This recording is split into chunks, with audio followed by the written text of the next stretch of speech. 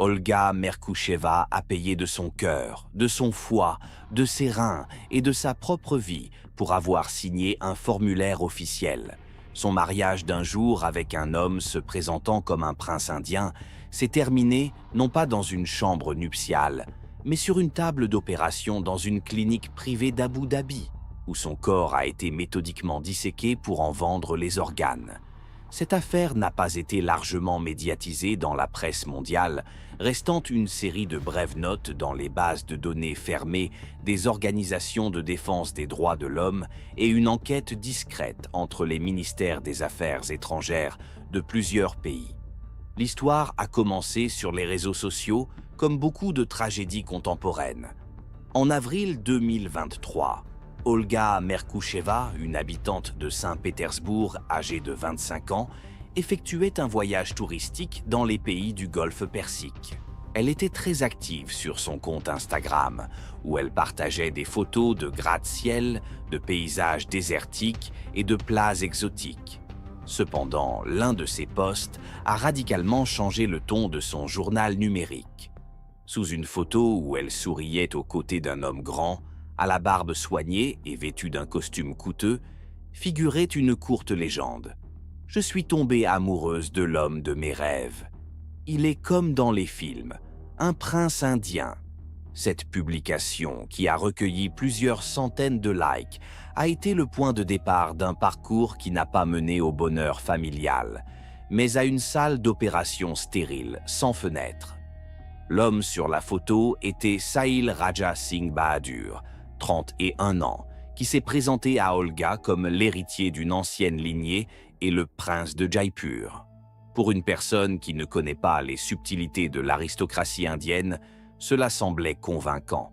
En réalité, l'institution des principautés en Inde a été abolie il y a plusieurs décennies. Et bien que les descendants des Maharajas continuent d'utiliser officieusement leurs titres, ceux-ci n'ont aucun pouvoir juridique ou politique. Pour Sahil, fils de l'ancien ministre de l'État du Maharashtra, ce n'était qu'un élément d'une image soigneusement construite, qui fonctionnait à merveille sur les jeunes femmes d'autres pays. Il possédait tous les attributs du succès. Un anglais impeccable, des montres de luxe, des anecdotes sur des réceptions privées et des rencontres avec des célébrités mondiales. Ces récits étaient corroborés par la situation financière réelle de sa famille, ce qui rendait ces mensonges pratiquement indiscernables de la vérité. Il a invité Olga à Abu Dhabi, la capitale des Émirats arabes unis, sous un prétexte qu'elle ne pouvait ignorer, pour un mariage immédiat et le début d'une vie commune. À en juger par ses messages à une amie proche à Saint-Pétersbourg, Olga était convaincue du sérieux de ses intentions. Elle décrivait ce qui se passait comme un conte de fées, une bague en or sertie d'un impressionnant diamant offerte dès le premier soir, un chauffeur personnel au volant d'une Rolls-Royce noire qui l'attendait à chaque sortie et une chambre à l'hôtel Emirates Palace, un complexe dont la construction a coûté plus de 3 milliards de dollars et qui est réputé pour son niveau de luxe inégalé. Ces messages étaient pleins d'enthousiasme et d'incrédulité face à son propre bonheur. Elle décrivait les halls en marbre, la plage privée de plus d'1 kilomètre et le majordome personnel affecté à sa suite. Tout cela créait l'illusion d'une sécurité totale et confirmait le statut de son élu. Le lendemain de son arrivée, le 6 avril, le ton de ses messages a changé. Le matin, elle a envoyé à son ami un court message vocal qui deviendra plus tard un élément clé dans l'enquête officieuse sur sa disparition. La voix d'Olga était étouffée. On y percevait un mélange d'excitation et d'inquiétude mal dissimulée.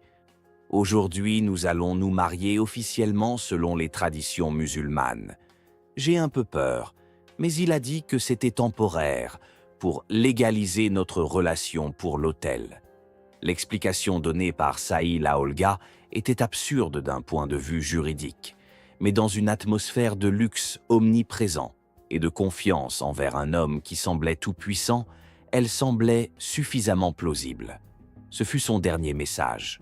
Après cela, Son téléphone a cessé de répondre et son compte Instagram est resté silencieux. Pour le monde extérieur, Olga Merkoucheva avait tout simplement disparu dans l'immensité de la ville la plus riche de la planète. Le silence a duré 11 jours. Pour sa famille et ses amis en Russie, ce silence était inquiétant, mais compréhensible. Olga pouvait être absorbée par une nouvelle histoire d'amour, un voyage, la préparation d'un mariage dans un pays étranger. Dans un monde où la communication est instantanée, son absence sur le réseau était perceptible, mais ne suscitait pas encore de panique. La véritable histoire se déroulait à ce moment-là, non pas dans les messageries instantanées, mais dans les couloirs stériles de la clinique privée Al-Nour Specialty Hospital, qui se traduit par « Hôpital spécialisé Al-Nour ». Cet établissement médical d'élite situé à Abu Dhabi, connu pour accueillir des familles royales et des expatriés fortunés, accorde plus d'importance à la confidentialité des patients qu'à de nombreux protocoles formels. C'est ici, loin des regards indiscrets, que le système a échoué. Une fissure dans le mur du silence est apparue grâce à l'un des jeunes médecins internes, le docteur Yahya Abbas. Il a lancé une enquête interne qui, selon son intention, devait rester secrète. Mais l'information a été divulguée par le biais d'un canal de communication anonyme qu'il avait établi avec une petite organisation internationale de défense des droits de l'homme. Dans son message crypté, le docteur Abbas a exposé des faits qui enfreignaient toutes les normes médicales et juridiques imaginables. Selon lui, le corps d'une jeune femme d'apparence européenne est arrivé aux soins intensifs sans aucun document d'identité. Selon une instruction verbale donnée par la direction de la clinique, elle devait être enregistrée comme donneuse d'organes après un accident. Cependant, ce sont précisément les détails de cet accident qui ont éveillé les soupçons d'Abbas. Il a relevé deux incohérences critiques. Tout d'abord, le corps n'avait été transporté ni par une équipe d'urgence, ni par la police, ce qui est la procédure standard en cas d'accident de la route, de chute d'une hauteur ou de tout autre incident nécessitant une hospitalisation d'urgence. La patiente a été amenée dans une voiture privée sans insignes médicaux, qui est entrée dans l'enceinte de l'hôpital par l'entrée de service réservée au personnel et aux livraisons. Deuxièmement, le registre ne contenait aucune mention d'un rapport de police ou même d'un premier examen sur les lieux de l'accident. Le corps est simplement apparu dans le système de la clinique, comme s'il s'était matérialisé à partir de rien. Selon des documents internes que le docteur Abbas a réussi à photographier en secret, le cœur, les deux reins, le foie et les cornets des yeux ont été prélevés dans les 4 heures qui ont suivi la constatation officielle du décès cérébral. Une telle rapidité témoignait du plus haut degré de préparation et de coordination de l'équipe chirurgicale. Il ne s'agissait pas d'une réaction spontanée à la tragédie, mais d'une opération planifiée à l'avance. Le document indiquait comme donneuse une certaine Fatima bint Khalid, âgée de 29 ans, citoyenne syrienne. Le choix de cette personne était cynique et calculé. Les réfugiés syriens, dispersés dans tout le Moyen-Orient, avaient souvent des problèmes avec leurs papiers, leur enregistrement était difficile et la protection diplomatique de la part d'un État détruit par la guerre était pratiquement inexistante. Une telle femme pouvait disparaître sans que personne ne la recherche. Pour le système, elle était le fantôme idéal. La vérification formelle de ces empreintes digitales n'a donné aucun résultat dans les bases de données des pays du Golfe Persique ou d'Interpol, ce qui n'a fait que renforcer son statut d'inconnu. Cependant, c'est précisément le message anonyme du docteur Abbas qui a déclenché la série d'événements. Les défenseurs des droits humains, ayant reçu cette information, ont lancé leur propre enquête en comparant les données sur les patients admis à la clinique Fatima avec la base de données des touristes récemment disparus dans la région. Ils ont remarqué le cas d'Olga Merkoucheva, dont le profil Instagram s'était tu précisément pendant la période présumée. À l'aide de photos tirées de ces réseaux sociaux, ils ont pu transmettre à leurs contacts à Abu Dhabi 2 caractéristiques physiques clés.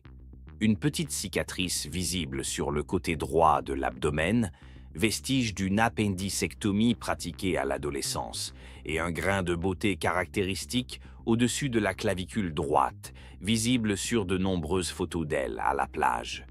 Quelques jours plus tard, la confirmation est arrivée. Une source interne à la clinique, risquant sa carrière et sa liberté, a pu accéder au corps avant sa crémation et a confirmé la correspondance parfaite des signes particuliers. La Syrienne inconnue, Fatima bint Khalid, et la touriste russe disparue, Olga Merkoucheva, se sont avérées être une seule et même personne. Le corps, qui devait disparaître sans laisser de traces, a retrouvé un nom. Et la disparition d'Olga a cessé d'être un simple silence inquiétant pour devenir une affaire de meurtre prémédité, déguisée en don médical.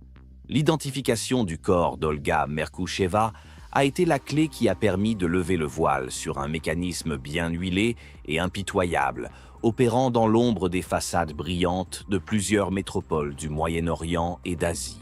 L'enquête menée par des défenseurs des droits humains et des initiés sympathisants a révélé que Sahil Raja Singh Bahadur n'était pas simplement un escroc isolé, mais un maillon important d'un programme international de dons contractuels illégaux. Ce réseau était un consortium clandestin opérant à travers un réseau de cliniques privées haut de gamme situées à Delhi, Abu Dhabi et Mascate. Leur public cible n'était pas constitué de pauvres désespérés prêts à vendre un rein pour quelques milliers de dollars, mais de jeunes femmes en bonne santé, originaires de pays dont les citoyens ne bénéficient pas toujours d'une protection diplomatique adéquate. Europe de l'Est, Inde, Philippines et Malaisie. Le stratagème reposait sur l'utilisation cynique de l'institution du mariage comme échappatoire juridique. Les victimes n'étaient pas enlevées dans la rue ni contraintes à donner leurs organes par la force. Elles étaient de plutôt entraînées dans une mise en scène soigneusement orchestrée, dont le but ultime était d'obtenir un faux certificat de mariage. Sahil et d'autres comme lui jouaient le rôle de prétendants riches et influents, prêts à tout pour leur élu. Ils entouraient la victime d'un luxe extravagant, lui offraient des cadeaux coûteux et lui faisaient rapidement leur demande en mariage. Le moment clé de l'opération était la célébration rapide du mariage, souvent dans les 2 jours suivant l'arrivée de la femme dans le pays.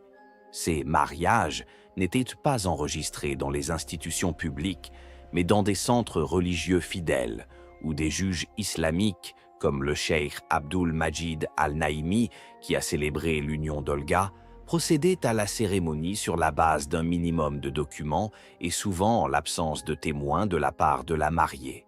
Une fois la signature apposée, le statut juridique de la femme changeait radicalement. De touriste étrangère, elle devenait épouse d'un résident local ou d'un étranger influent. Ce statut, selon la logique perverse des organisateurs, leur donnait le droit de prendre des décisions médicales à sa place en cas d'incapacité soudaine. Les signatures sur les formulaires de consentement au don d'organes après le décès étaient très probablement falsifiées ou obtenues par tromperie, en étant glissées dans une pile d'autres documents prétendument nécessaires pour enregistrer le mariage ou obtenir un permis de séjour. Dans le cas d'Olga, ce scénario a été mis en œuvre avec une précision chirurgicale. Après avoir envoyé son dernier message vocal, elle a apparemment été convaincue de prendre un sédatif sous prétexte de se préparer pour la nuit de noces ou de soulager son stress. Les événements suivants ont été reconstitués à partir des données de l'expertise médico-légale, réalisée de manière non officielle, avant la crémation. La cause du décès était un traumatisme crânien grave, causé par un coup violent porté à l'arrière de la tête avec un objet contondant. Ce coup ne l'a pas tué instantanément, mais a provoqué une hémorragie cérébrale importante, conduisant à un état que la médecine qualifie de mort cérébrale. Pour les organisateurs, c'était le résultat idéal. Le cœur de la victime continuait de battre, assurant l'irrigation sanguine des organes et les conservant aptes à la transplantation, alors que d'un point de vue juridique, elle était déjà morte. Elle a ensuite été transportée à la clinique Al-Nour, sous le couvert d'une victime d'accident et sous un faux nom de réfugiée syrienne. Les services de police des Émirats arabes unis ont ensuite affirmé qu'aucune citoyenne russe du nom de Merkoucheva n'était enregistrée dans leur système comme étant entrée dans le pays aux dates indiquées, ce qui suggère que ces données ont peut-être été supprimées de la base de données de l'immigration, une opération nécessitant un niveau élevé d'accès et d'influence. La dernière étape du plan consistait à se débarrasser du corps. La crémation, une pratique peu courante dans le monde islamique, a été choisie comme le moyen le plus sûr de détruire toutes les preuves. Les cendres de la victime n'avaient aucune valeur biologique pour l'enquête, et le certificat de décès officiel au nom de la fictive Fatima bint Khalid a clos l'affaire sans laisser aucune piste. Les conséquences de la découverte de ce stratagème se sont avérées aussi déprimantes que le crime lui-même. Malgré l'identité confirmée d'Olga et la présence d'un témoin en la personne du docteur Abbas, le système qu'il tentait de combattre s'est avéré impénétrable. Aucun des principaux protagonistes de cette tragédie n'a été poursuivi pénalement, et la justice s'est limitée à une série de réponses formelles et de sanctions financières sans commune mesure avec le prix d'une vie humaine. Le principal suspect, Sahil Raja Singh Bahadur, l'homme qui a attiré Olga dans un piège mortel, est retourné sans encombre à Mumbai. Les autorités des Émirats arabes unis n'ont jamais porté d'accusations officielles contre lui ni demandé son extradition. Sans cela, le système judiciaire indien était impuissant. Les demandes des journalistes adressées à sa famille sont restées sans réponse. Sahil lui-même continuerait, selon certaines informations, à mener une vie luxueuse, à fréquenter les événements mondains et à diriger l'entreprise familiale. Il est protégé par un mur d'argent, d'avocats influents et de barrières juridictionnelles qui le rendent pratiquement invulnérable. Aux yeux du monde, il est resté ce qu'il était, un riche héritier et non un complice de meurtre. Le sort de la seule personne qui a fait preuve de principe dans cette affaire s'est avéré tragique. Le docteur Yahya Abbas, qui avait transmis les informations aux défenseurs des droits de l'homme, a été immédiatement licencié de la clinique Al-Nour sous prétexte de violation grave de l'éthique professionnelle et du secret médical. 3 jours après son licenciement, il a disparu sans laisser de traces. Ses collègues ont affirmé qu'il avait l'intention de quitter le pays, craignant pour sa sécurité. Personne ne l'a revu depuis. Sa disparition est devenue un signal tacite, mais on ne peut plus clair pour tous ceux qui pourraient être tentés de faire de même à l'avenir. Le système a démontré qu'il était non seulement capable d'effacer les traces de ses crimes, mais aussi de se débarrasser efficacement de ceux qui tentent de les mettre en lumière. La clinique Al-Nour Specialty Hospital n'a subi que des pertes financières et de réputation mineures. À la suite d'une enquête interne lancée par le ministère de la Santé des Émirats arabes unis, l'hôpital s'est vu infliger une lourde amende administrative et sa licence pour les opérations de transplantation d'organes a été suspendue pour 6 mois. Cependant, aucun membre de la direction ou de l'équipe chirurgicale qui a procédé au prélèvement d'organes n'a été poursuivi au pénal. Le rapport officiel faisait état de graves violations dans la tenue des dossiers et des protocoles d'identification des patients. Mais le caractère intentionnel du crime a été ignoré. Pour la clinique, cela n'a été qu'un inconvénient temporaire, le prix à payer pour mener une activité illégale, mais extrêmement lucrative. Le juge islamique Cheikh Abdul Majid Al-Naïmi, dont la signature figurait sur le certificat de mariage d'Olga, a également échappé à toute responsabilité. Dans son seul commentaire à la presse, il a déclaré avoir agi en stricte conformité avec la loi et que les documents qui lui avaient été fournis par les parties ne soulevaient aucun doute quant à leur authenticité et ne présentaient aucun signe d'irrégularité.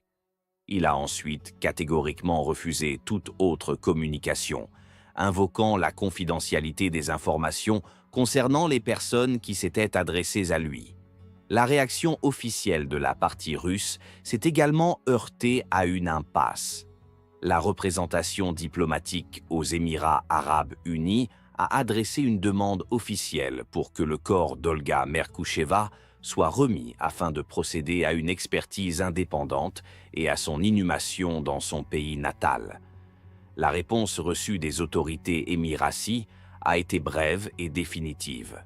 Elle indiquait que le corps de la citoyenne étrangère enregistrée sous le nom de Fatima bint Khalid avait été inhumé conformément aux traditions islamiques, car aucun membre de sa famille ne s'était présenté dans le délai imparti. Dans ces conditions, il est impossible de procéder à une identification plus approfondie. Cette déclaration contenait au moins deux affirmations erronées. Premièrement, le corps avait été incinéré et non inhumé. Et, deuxièmement, son identité avait été établie avec certitude. Olga Merkoucheva a ainsi été effacée deux fois, d'abord physiquement, puis administrativement. Sa page Instagram a été supprimée et ses comptes bancaires, auxquels Saïl avait probablement accès en tant que conjoint légitime, ont été vidés. La seule preuve matérielle de son dernier jour était une photocopie du certificat de mariage délivré le 6 avril 2023. Sur le papier, revêtu du sceau officiel, le nom du mari et celui de la femme étaient inscrits en caractères arabes. Dans la colonne « Marié », on pouvait lire « Fatima al-Rachid » et à côté, entre parenthèses, une annotation en anglais, apparemment destinée à des fins de reporting interne, « Né Merkoucheva ». Cette inscription est devenue son épitaphe, un document juridique qui a officialisé la transformation d'une personne vivante en matière première pour des destinataires anonymes. Elle a cru au conte de fées, car la mise en scène était parfaite, titre, luxe, demande en mariage immédiate. Mais derrière cette façade ne se cachait pas l'amour, mais un calcul commercial froid. Dans un monde où les organes humains ont une valeur marchande estimée à des centaines de milliers de dollars, les sentiments humains les plus intimes, la confiance, l'espoir, l'amour, deviennent une marchandise comme les autres. Ils sont utilisés comme appât. L'histoire d'Olga n'est pas une histoire d'amour malheureux. C'est l'histoire de l'illusion mortellement dangereuse, surtout à l'ère des réseaux sociaux, où chacun peut se créer une image de prince charmant. Les syndicats du crime ont appris à exploiter ce rêve universel de miracle, le transformant en une chaîne de production bien huilée. Peut-être que les vrais princes existent. Mais l'histoire d'Olga et de beaucoup d'autres, restés anonymes, nous rappelle cruellement qu'au XXIe siècle, un conte de fées qui semble trop beau pour être vrai s'avère le plus souvent être un piège soigneusement planifié. Et le prix à payer pour y croire peut être absolu. Une professeure d'histoire de 28 ans, originaire de Kazan, a été vendue à un centre clandestin de correction religieuse à Riyad, où elle a été suspendue par les poignets pendant 19 jours, jusqu'à ce qu'elle meure d'une insuffisance multiviscérale. Officiellement, Olesya Mansourova est portée disparue. Au cours de l'été 2023, Olesya Mansourova a reçu une offre qui semblait être le début idéal d'une nouvelle vie. La société Quran Learning International, enregistrée à Bahreïn, lui proposait un contrat d'enseignante dans une école islamique privée pour filles dans la capitale saoudienne. Le salaire de 3 000 $ dépassait de 10 fois son revenu mensuel à Kazan. Logement gratuit, transfert, assurance médicale. Les conditions semblaient parfaites pour une jeune enseignante qui rêvait d'acquérir une expérience internationale. Les représentants de la société ont fait une excellente impression sur Olesya. Lors des appels vidéo, ils se sont exprimés calmement et poliment, ont démontré une connaissance approfondie de la pédagogie islamique et ont souligné l'importance de l'éducation des filles dans le monde moderne. Un homme d'âge moyen qui s'est présenté comme le directeur des ressources humaines a cité le Coran et a parlé des méthodes progressistes d'enseignement de l'histoire à travers le prisme des valeurs islamiques. Une femme portant le hijab, qui s'est présentée comme la directrice adjointe de l'école, a expliqué en détail le système de mentorat et de soutien aux enseignants étrangers. Olesia a vérifié les données d'enregistrement de l'entreprise auprès des sources officielles du Bahreïn. La licence d'enseignement était valide, l'adresse existait, les coordonnées fonctionnaient. Sur les réseaux sociaux, elle a trouvé les profils de plusieurs enseignants qui auraient travaillé dans des projets similaires de l'entreprise aux Émirats arabes unis et au Koweït. Leurs publications semblaient naturelles, photos avec des élèves, récits sur les différences culturelles, remerciements pour l'hospitalité de leurs collègues arabes. Le contrat est arrivé en anglais et en arabe, certifié par un notaire de Manama. Olesia a engagé un traducteur à Kazan pour vérifier le texte arabe. Le document contenait les conditions standards d'un contrat de travail, des garanties sociales et une description détaillée des responsabilités d'un professeur d'histoire pour des filles âgées de 12 à 16 ans. La seule particularité était la mention de la nécessité de respecter les traditions religieuses locales et le code vestimentaire, ce qui semblait naturel pour un pays conservateur. Les parents d'Olesia ont réagi avec prudence à ces projets, mais ne s'y sont pas opposés. Son père, ingénieur dans une usine, a souligné l'importance d'une expérience internationale pour la carrière de sa fille. Sa mère, comptable, s'inquiétait pour sa sécurité, mais reconnaissait les avantages financiers de l'offre. Olesia a promis d'appeler tous les jours et de rentrer à la maison pour les vacances d'hiver. 10 jours après la signature du contrat, elle a reçu un billet d'avion pour le vol Kazan-Moscou-Riyad et un visa de travail dans le domaine de l'éducation.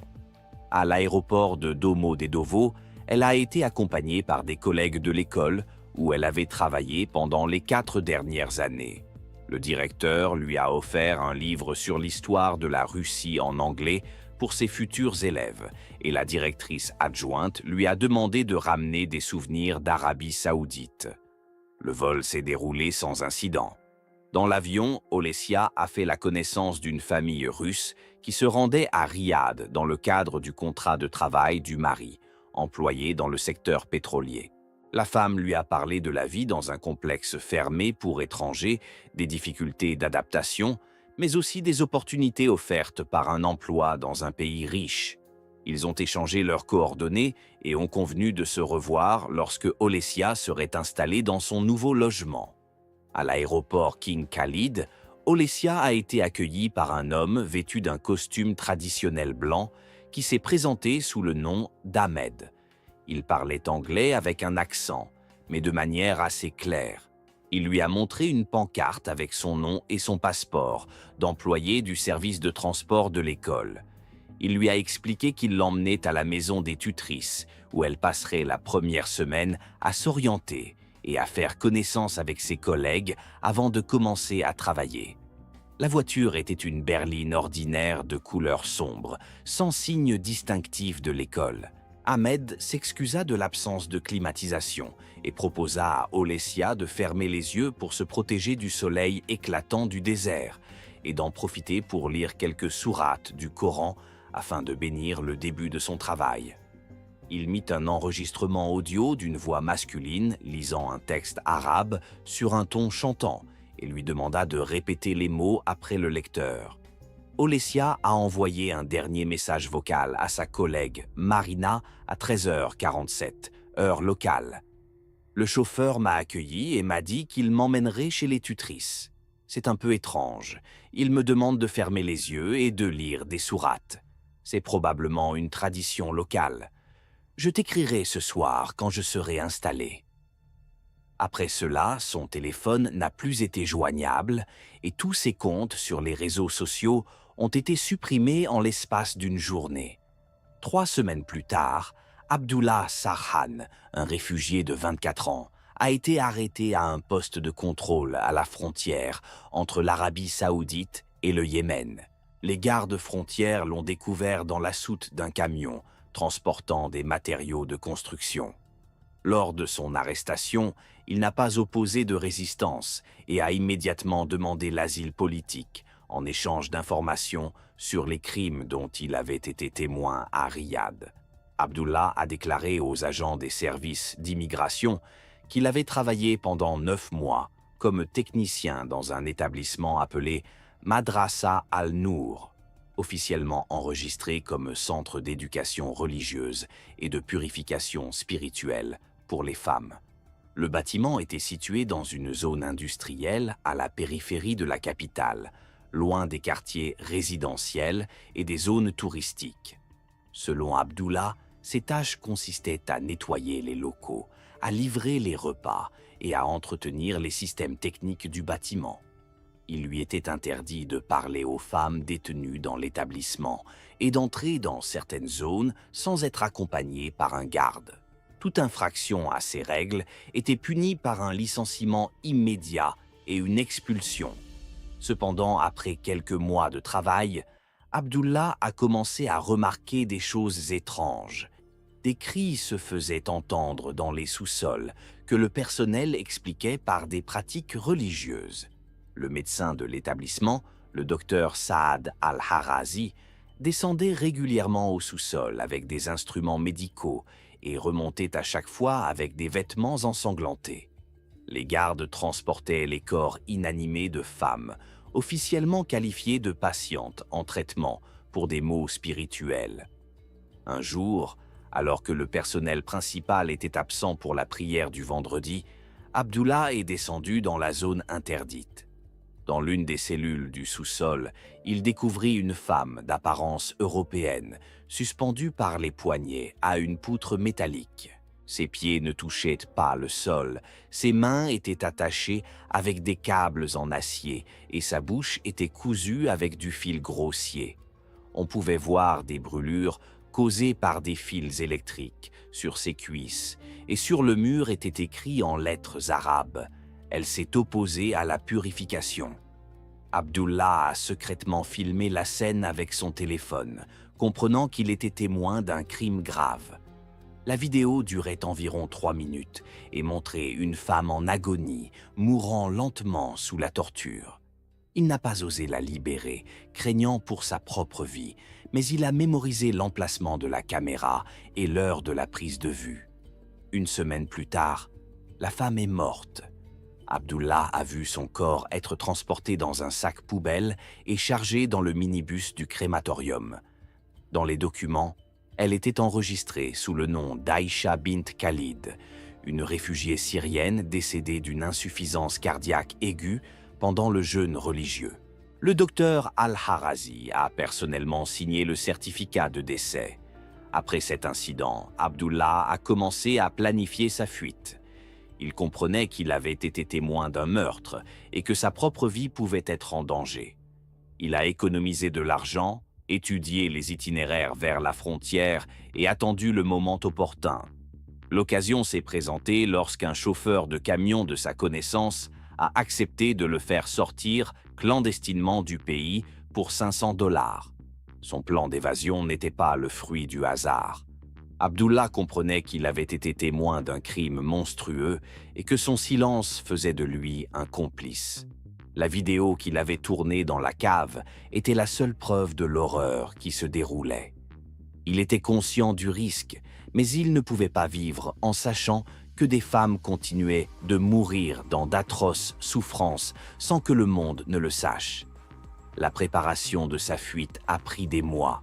Abdullah a économisé chaque rial de son salaire de 250 $ par mois, s'est installé dans un dortoir pour travailleurs migrants et s'est privé de tout, sauf du strict nécessaire. Il a étudié les itinéraires des camions, s'est renseigné sur les horaires des gardes aux postes frontières, a discuté avec d'autres personnes tout aussi désespérées qui rêvaient de rentrer chez elles. Le chauffeur de camion Youssef, un Yéménite, qui transportait régulièrement des matériaux de construction entre Riyad et les zones frontalières, a joué un rôle décisif. Pour 500 $, il a accepté de cacher Abdullah dans la soute parmi les sacs de ciment et de le conduire jusqu'à la frontière. Le plan prévoyait qu'Abdullah sorte du camion, à quelques kilomètres du poste frontière, et tente de traverser la frontière à pied à travers les zones désertiques. Cependant, au poste de contrôle, le camion a été soumis à une inspection minutieuse. Les gardes frontières ont découvert Abdullah, épuisé par la chaleur et le manque d'air, parmi les matériaux de construction. Youssouf a été arrêté pour transport illégal de personnes et a ensuite été expulsé vers le Yémen. Abdullah s'est retrouvé en détention provisoire, où il a raconté son histoire aux agents des services d'immigration. Au départ, ces déclarations ont été accueillies avec méfiance. Le récit des tortures secrètes infligées aux femmes dans un centre religieux semblait trop incroyable, même pour des gardes frontières sceptiques. Cependant, lorsque Abdullah a montré la vidéo enregistrée sur son téléphone, l'atmosphère dans la salle d'interrogatoire a radicalement changé. Les agents ont vu des images qui ne pouvaient que choquer même les agents des services spéciaux les plus endurcis. La vidéo, d'une durée de 3 minutes et 20 secondes, montrait une femme d'apparence européenne, suspendue par les poignets à une poutre métallique dans un sous-sol. Ses pieds ne touchaient pas le sol. Ses mains étaient attachées derrière son dos avec des câbles en acier. Sa bouche était cousue avec du fil noir grossier et ses cuisses portaient des brûlures causées par des fils électriques. Sur le mur, il était écrit en lettres arabes « Elle s'est opposée à la purification ». La femme était inconsciente, son corps pendait mollement à ses attaches. On pouvait voir des ecchymoses sur ses mains, causées par les câbles qui avaient entaillé sa peau jusqu'à l'os. Une mare de sang et d'autres liquides biologiques étaient visibles sur le sol sous elle. La caméra montrait son visage en gros plan, gonflé par les coups, les yeux fermés, mais toujours reconnaissable. La qualité de l'enregistrement était suffisante pour permettre son identification. Abdullah filmait en secret. L'image était donc légèrement tremblante, mais les détails principaux étaient clairement visibles. À l'arrière-plan, on pouvait voir une partie de la pièce, des murs en pierre, des fixations métalliques pour la suspendre, des instruments médicaux sur une table en acier, des récipients contenant des liquides inconnus. Les gardes frontières ont immédiatement contacté le quartier général des services de sécurité. L'affaire a été transmise à une unité spéciale chargée d'enquêter sur les crimes contre la sécurité de l'État. Abdullah a été transféré dans des conditions de détention plus confortables et a obtenu le statut de témoin sous la protection de l'État. Parallèlement, des tentatives ont été entreprises pour identifier la victime. Une demande a été adressée à Interpol avec une description de l'apparence de la femme et des circonstances de sa disparition présumée.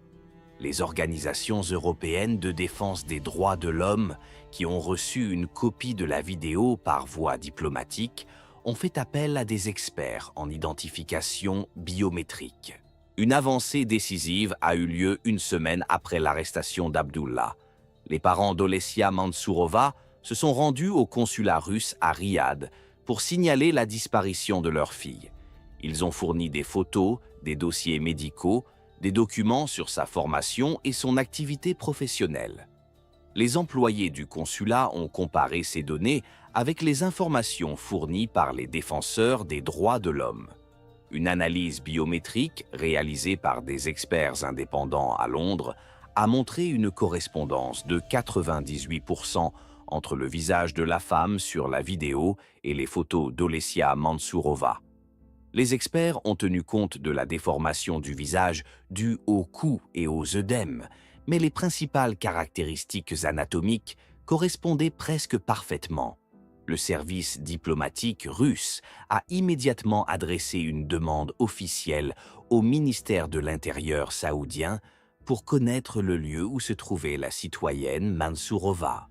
La réponse est arrivée 2 semaines plus tard.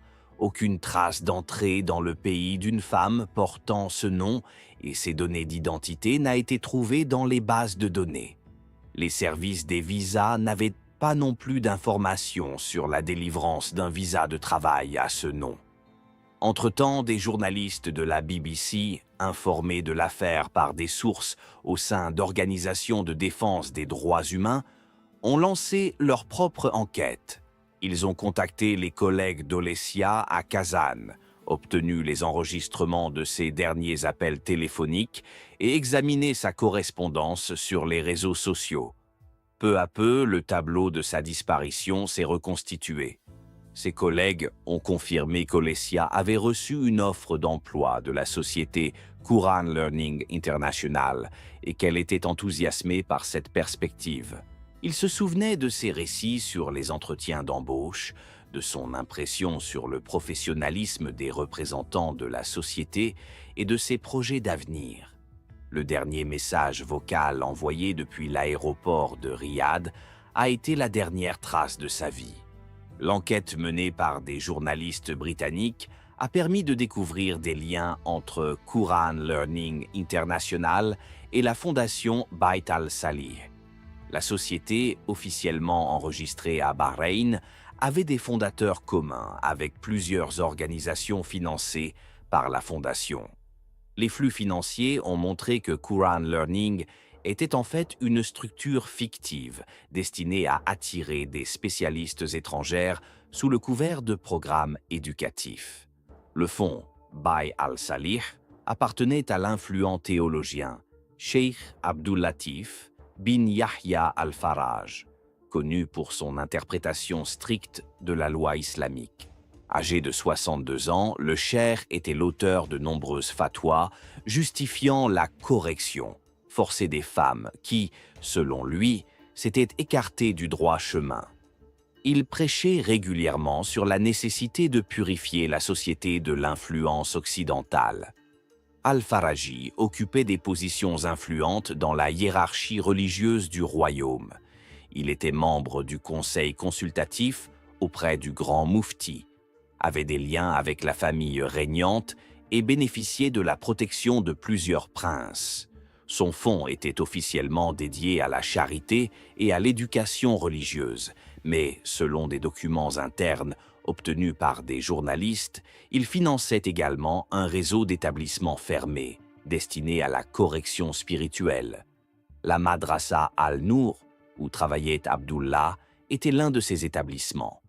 Officiellement, elle était enregistrée comme centre d'éducation religieuse pour les femmes issues de familles défavorisées.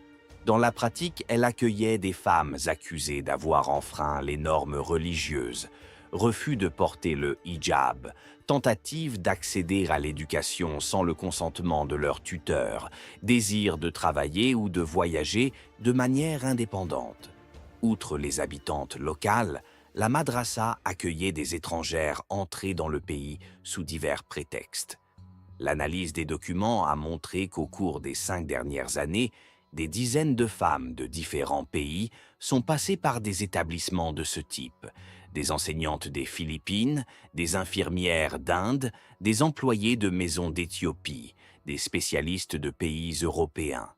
Les méthodes de traitement comprenaient la suspension prolongée par les bras, la restriction de nourriture et d'eau, l'utilisation de chocs électriques, l'influence psychologique par la lecture forcée de textes religieux. Le médecin de l'établissement, le docteur Saad Al-Harazi, consignait régulièrement l'état des patientes et déterminait l'intensité des interventions. Ces notes, partiellement restaurées à partir de données divulguées, témoignaient d'une attitude cynique envers la souffrance humaine. Selon ces notes, Olesya a été amenée à la madrasa sous le nom de Mariam al-Roussia, Mariam la Russe. Son diagnostic était résistance à la purification spirituelle et adhésion aux valeurs occidentales. Le traitement a commencé immédiatement après son arrivée et s'est poursuivi pendant 19 jours, jusqu'à ce que la mort survienne par insuffisance multiviscérale. Le certificat médical du docteur Al-Harazi indiquait comme cause du décès une insuffisance cardiaque aiguë résultant d'un jeûne religieux. Ce diagnostic a été signé sans autopsie ni expertise indépendante. Le corps a été immédiatement transféré au crématorium sous le nom fictif d'Aïcha bint Khalid, prétendument une réfugiée syrienne sans papier, décédée de cause naturelle. Le crématorium appartenait à une société privée qui avait un contrat à long terme avec les institutions du fonds Bayt al-Salih. Les employés du crématorium ne posaient aucune question sur l'identité des défunts et recevaient des primes pour respecter la confidentialité. Les restes étaient incinérés dans les 6 heures suivant l'arrivée du corps, ce qui excluait toute possibilité de nouvelle expertise. Le scandale international a pris rapidement de l'ampleur. Le ministère russe des Affaires étrangères a adressé une note de protestation officielle au gouvernement saoudien, exigeant qu'il fournisse immédiatement des informations sur la localisation de la citoyenne Mansourova. La réponse est venue par l'intermédiaire du consulat russe à Riyad. Aucune trace de l'entrée d'une femme avec ses données d'identité n'a été trouvée dans les bases de données du ministère de l'Intérieur saoudien. Parallèlement, les diplomates russes ont demandé aux autorités bahreïniennes de leur fournir des informations sur la société Quran Learning International. Il s'est avéré que cette société avait été enregistrée seulement 2 semaines avant le contact avec Olesya et liquidée le lendemain de sa disparition. Son adresse légale s'est avérée être une boîte postale et les numéros de téléphone indiqués ne répondaient pas. Les traces Internet de la société ont également disparu. Le site web, les profils sur les réseaux sociaux, les publicités, tout a été supprimé en l'espace d'une journée. L'analyse des adresses IP a montré que le site était hébergé sur des serveurs au Qatar, via un réseau de serveurs proxy, ce qui rendait l'identification des propriétaires réels pratiquement impossible. Des journalistes britanniques de la BBC ont eu accès à l'enregistrement vidéo par l'intermédiaire d'un réseau d'organisations de défense des droits de l'homme. Le matériel a été examiné par un laboratoire indépendant à Londres, qui a confirmé son authenticité. L'analyse a montré que l'enregistrement avait été réalisé sur un téléphone portable d'un modèle courant dans la région, sans signe de traitement numérique ou de montage. Cependant, la rédaction a décidé de ne pas publier la vidéo pour des raisons éthiques. Le rédacteur en chef du service d'enquête a déclaré que le matériel contenait des scènes d'une extrême violence qui pourraient traumatiser les spectateurs et porter atteinte à la dignité de la victime. Au lieu de publier la vidéo, une enquête écrite détaillée décrivant les circonstances de l'affaire a été préparée. L'enquête a révélé le caractère systématique des crimes commis dans le réseau d'établissements liés à la fondation Bayt al-Salih. Au cours des 5 dernières années, des centaines de femmes sont passées par ces centres, dont la plupart n'ont pas survécu. Il n'existait pas de statistiques officielles, mais la fuite de documents internes a révélé des chiffres effrayants en matière de mortalité. Le Parlement européen a adopté une résolution condamnant les violations des droits humains en Arabie saoudite et exigeant une enquête internationale sur les activités des centres religieux de détention forcée. Cependant, ce document avait un caractère recommandatoire et ne prévoyait pas de sanctions spécifiques. L'organisation internationale Amnesty International a publié un rapport spécial sur le système de correction religieuse des femmes en Arabie saoudite. Le document mentionnait l'existence de 23 établissements similaires dans tout le pays, où sont détenues des femmes accusées d'avoir enfreint les normes religieuses et sociales. Les parents d'Olesya ont continué à tenter d'obtenir le retour du corps de leur fille. Ils se sont adressés au ministère russe des Affaires étrangères, au parquet général et au bureau du commissaire aux droits de l'homme. Partout, ils ont reçu des réponses standardisées sur la conduite des efforts diplomatiques et l'impossibilité de prendre des mesures concrètes sans la coopération de la partie saoudienne. La mère d'Olesya a donné plusieurs interviews aux médias russes, dans lesquelles elle a raconté ses dernières conversations avec sa fille, ses projets et ses rêves. Son père a tenté de se rendre seul à Riyad, mais sa demande de visa a été refusée sans explication. Les proches ont créé des groupes sur les réseaux sociaux pour attirer l'attention du public sur le sort d'Olesya. Entre-temps, Abdullah Sarhan a été expulsé vers le Yémen sous escorte des services de sécurité saoudiens. À l'aéroport de Sanaa, il a été accueilli par des représentants du gouvernement Houthi qui lui ont accordé l'asile temporaire. Abdullah a accordé une interview à des journalistes locaux, dans laquelle il a raconté en détail son témoignage. Cependant, une semaine plus tard, Abdullah a disparu de la maison où il vivait à Sanaa. Ses voisins ont raconté que des hommes en uniforme militaire étaient venus pendant la nuit et l'avaient emmené vers une destination inconnue. Les autorités ont annoncé le lancement d'une enquête, mais celle-ci n'a donné aucun résultat. Depuis lors, on ignore tout du sort du seul témoin.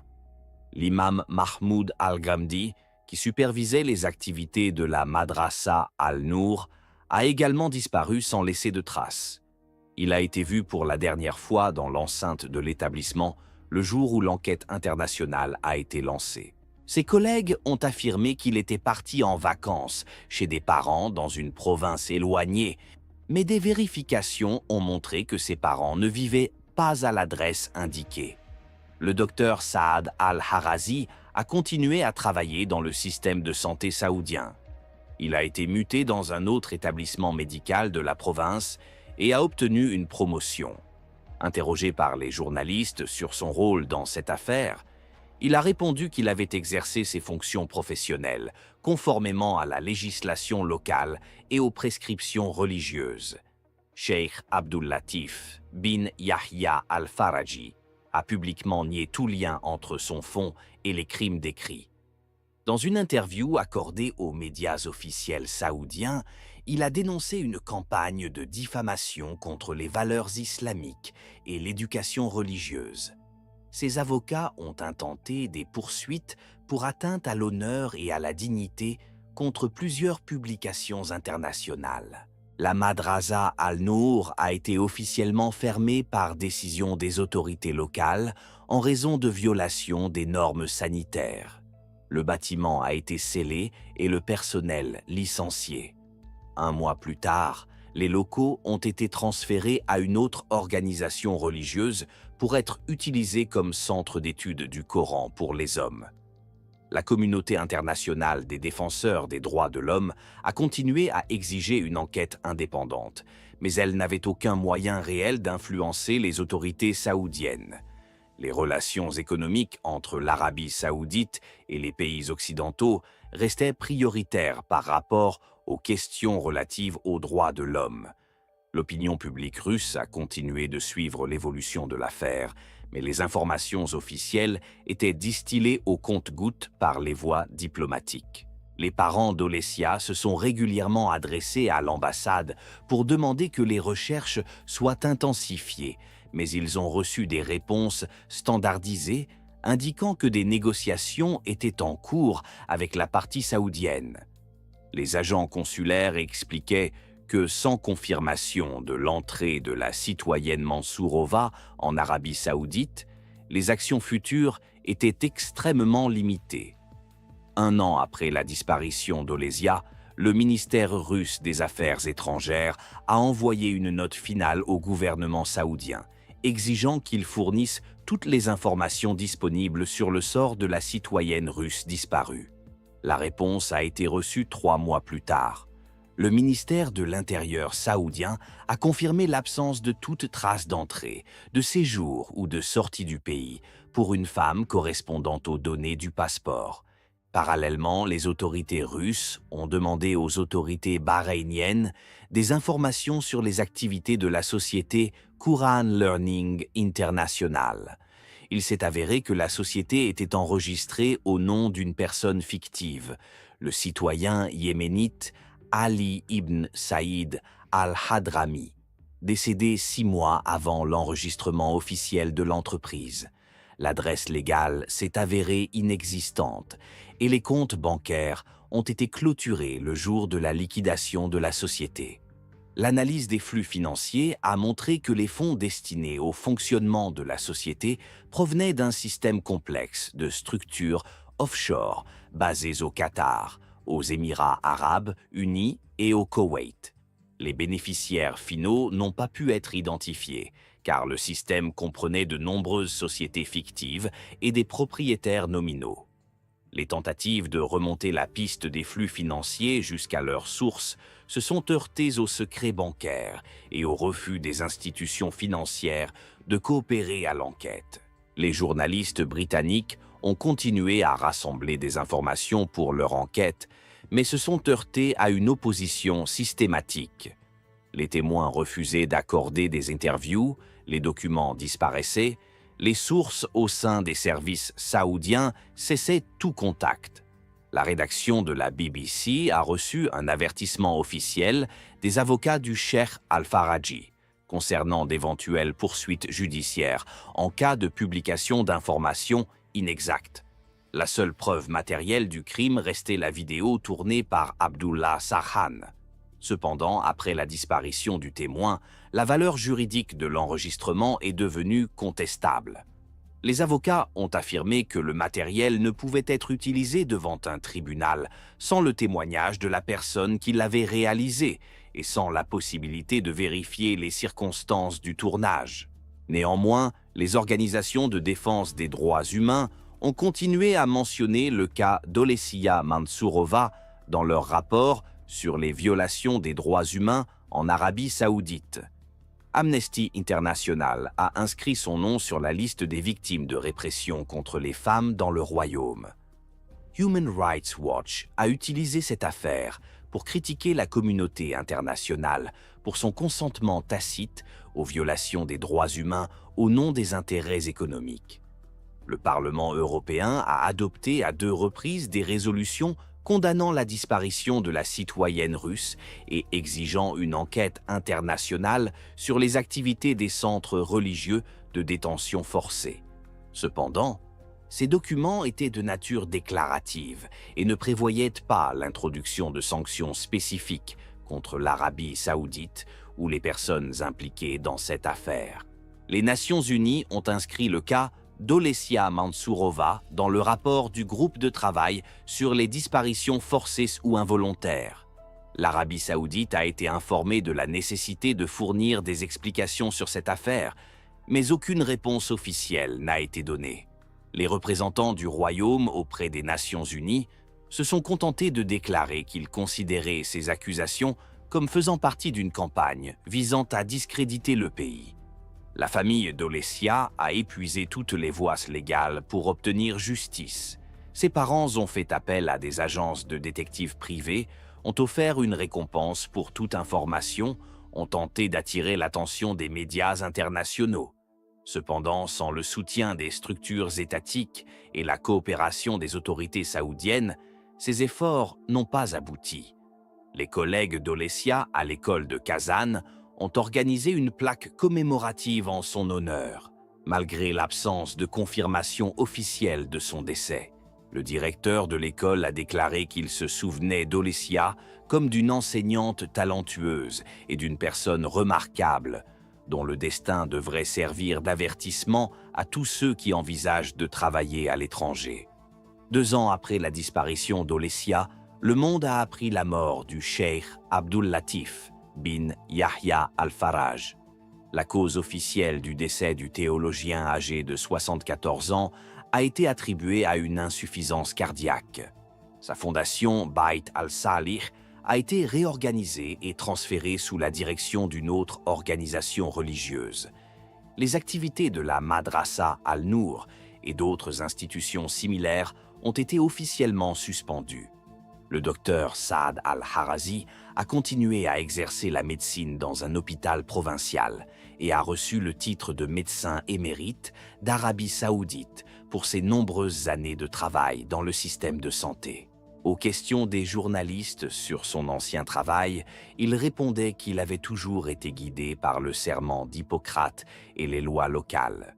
À ce jour, Olesya Mansourova figure toujours officiellement sur la liste des personnes disparues. Les autorités russes n'ont pas reconnu sa mort car il n'y a pas de preuves documentaires et son corps n'a pas été retrouvé. Dans les bases de données des passeports, elle est toujours enregistrée comme citoyenne, en activité avec des documents à durée illimitée. Tous les protagonistes de cette tragédie connaissent la vérité. Ses parents, qui ont perdu leur fille unique, la connaissent. Les diplomates, impuissants face aux intérêts politiques et économiques, la connaissent. Les défenseurs des droits de l'homme, qui ne parviennent pas à briser le mur du silence et de la complicité, la connaissent. Les journalistes, qui détiennent des preuves mais ne peuvent les rendre publiques pour des raisons éthiques et en raison de restrictions juridiques, la connaissent. L'affaire Olesya Mansourova est devenue le symbole de l'impunité qui prospère sous le couvert des traditions religieuses et des intérêts géopolitiques. Sa mort dans les sous-sols de la madrasa n'était pas un accident ni le résultat d'un malentendu. Elle s'inscrit dans un système qui continue d'exister et de détruire la vie des femmes qui osent chercher un avenir meilleur hors de leur pays natal. Arina Selivanova, une étudiante en journalisme de 24 ans, originaire de Voronej, a reçu le diplôme de la gagnante de l'émission de télé-réalité culturelle arabe, Femme de culture. 72 heures plus tard, son corps, avec des côtes cassées et des traces de viol, a été jeté dans le lit asséché d'une rivière à Bahreïn. Arina Selivanova avait postulé pour participer au casting de la société Al-Mazaya Media en février 2023 via une annonce sur les réseaux sociaux. Le projet était présenté comme un programme éducatif destiné aux jeunes femmes, avec des prix à gagner et des voyages culturels dans les pays du Golfe Persique. Les organisateurs promettaient aux participantes de leur faire découvrir la culture arabe, de leur permettre de pratiquer la langue et de leur offrir la possibilité d'obtenir une bourse pour étudier dans les universités des Émirats arabes unis. Le casting s'est déroulé en 3 étapes. Dans un premier temps, les jeunes filles ont rempli un questionnaire avec leurs données personnelles, des photos et des informations sur leur famille. La deuxième étape consistait à enregistrer une vidéo en arabe ou en anglais sur leur centre d'intérêt et leurs projets. La sélection finale comprenait un entretien par vidéoconférence avec les membres du jury. Arina a passé les 3 étapes et a reçu en mars une invitation à Bahreïn pour le tournage de la finale. Selivanova a étudié l'arabe à la faculté de journalisme de l'Université d'État de Voronej. Ses professeurs la décrivaient comme une étudiante douée avec de bons résultats. Arina envisageait une carrière de correspondante internationale et voyait dans sa participation à l'émission de télévision une occasion d'acquérir de l'expérience dans les pays arabes. Ses parents ont soutenu la décision de leur fille, malgré les craintes de sa mère concernant ce voyage au Moyen-Orient. En avril, Arina a reçu des organisateurs ses billets d'avion, son visa et le programme détaillé de son séjour à Bahreïn. Selon les documents, les participantes devaient passer 10 jours dans le pays. Les 5 premiers jours étaient consacrés aux répétitions et à la préparation de la finale, les 3 jours suivants au tournage proprement dit, et les 2 derniers jours étaient prévus comme temps libre pour découvrir le pays. Le 21 avril, Arina a quitté Moscou à bord d'un vol Gulf Air à destination de Manama. À l'aéroport de Bahreïn, elle a été accueillie par Mustafa Saïd Al-Zahrani, représentant d'Al-Mazaya Media, qui accompagnait un groupe de 8 participants venus de différents pays. Les jeunes filles ont été logées à l'hôtel City Centre Residence, dans le quartier des affaires de Manama. Les premiers jours se sont déroulés conformément au programme. Les participantes ont visité des sites culturels, découvert les traditions locales et se sont préparées pour les épreuves du concours. Arina appelait régulièrement ses parents et partageait ses impressions sur les réseaux sociaux. Sur les photos, Elle semblait satisfaite et enthousiaste. Le tournage de la finale a eu lieu le 24 mai dans le pavillon de la chaîne de télévision Bahreïn TV. Le programme du concours comprenait des épreuves sur la connaissance de la culture arabe, l'improvisation en arabe et la présentation de projets sur le dialogue interculturel.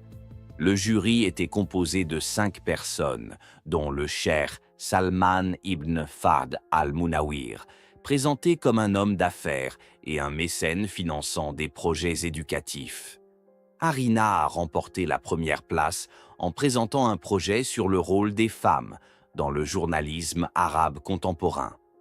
Sa présentation a été très appréciée pour la profondeur de sa recherche et la qualité de sa présentation.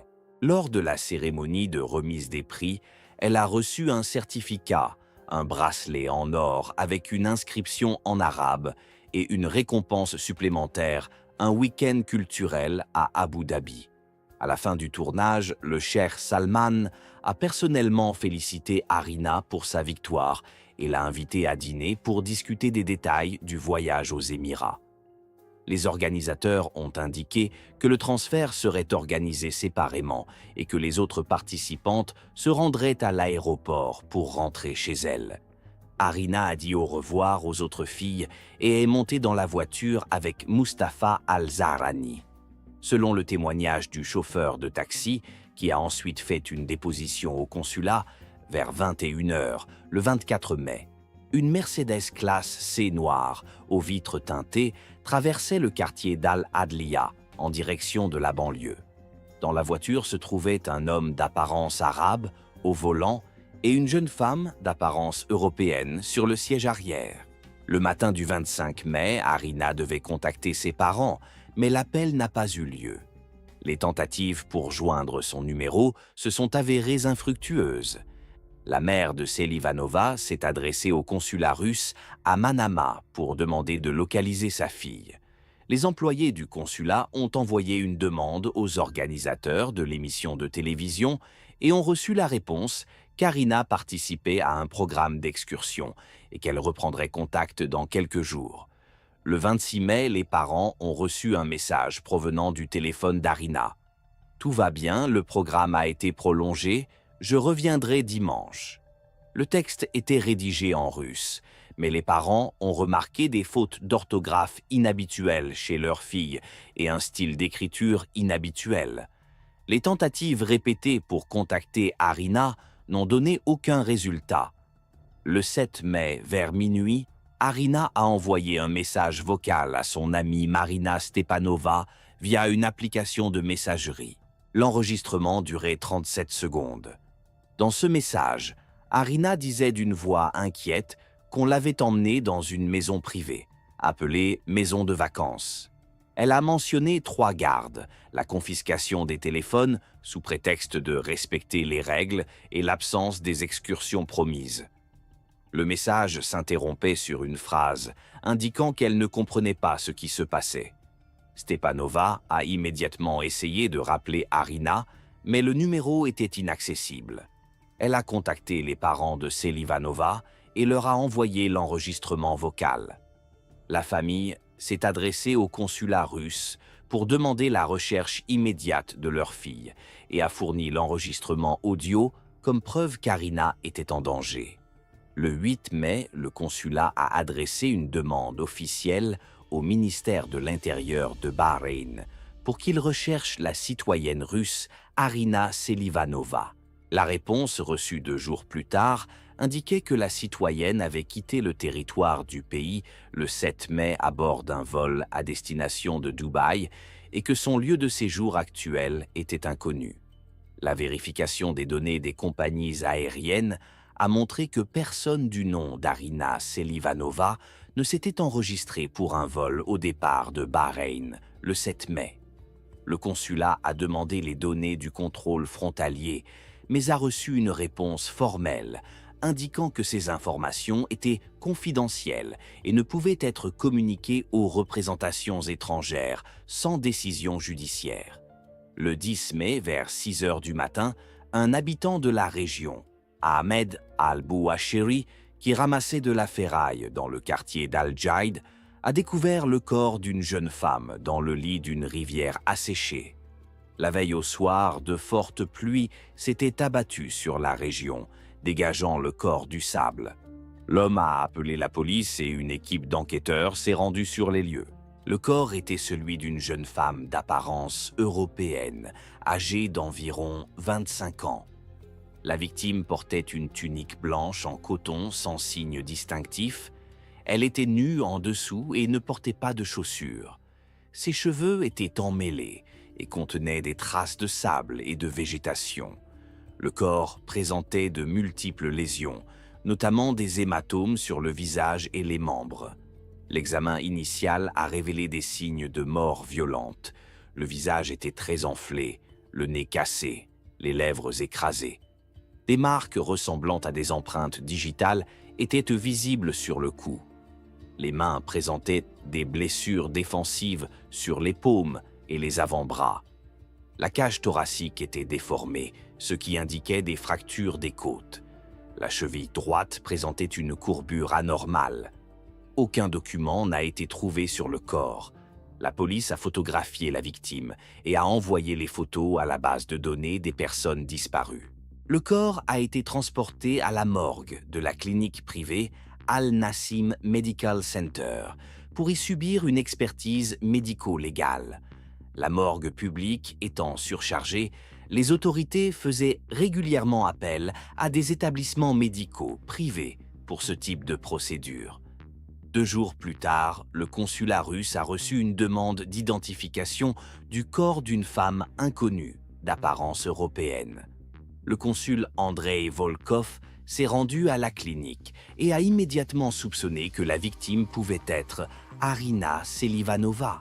Malgré les dommages subis, les traits du visage et la silhouette correspondaient à la description de la jeune fille disparue. Pour une identification précise, ces empreintes digitales ont été prises et envoyées à la base de données russe. Le résultat est arrivé le lendemain. Les empreintes correspondaient parfaitement à celles d'Arina Selivanova, enregistrées lors de la délivrance de son passeport. Le consulat a immédiatement informé les parents de cette tragique découverte et a exigé des autorités bahreïniennes une enquête approfondie sur les circonstances du décès. L'expertise médico-légale réalisée par le docteur Khalid Al-Manouri au centre médical Al-Nassim a révélé de multiples lésions incompatibles avec un accident. Le rapport contenait une description détaillée des blessures subies par la victime, peu avant sa mort. Le traumatisme crânien fermé était le résultat de multiples coups portés à la tête, avec un objet contondant. L'hémorragie interne dans la cavité abdominale était due à une rupture de la rate causée par un coup violent porté à l'abdomen. Les fractures des côtes étaient de nature compressive, ce qui indiquait qu'une force considérable avait été exercée sur la cage thoracique. Selon l'expert, la fracture de la cheville pouvait être le résultat d'une chute ou d'une blessure intentionnelle.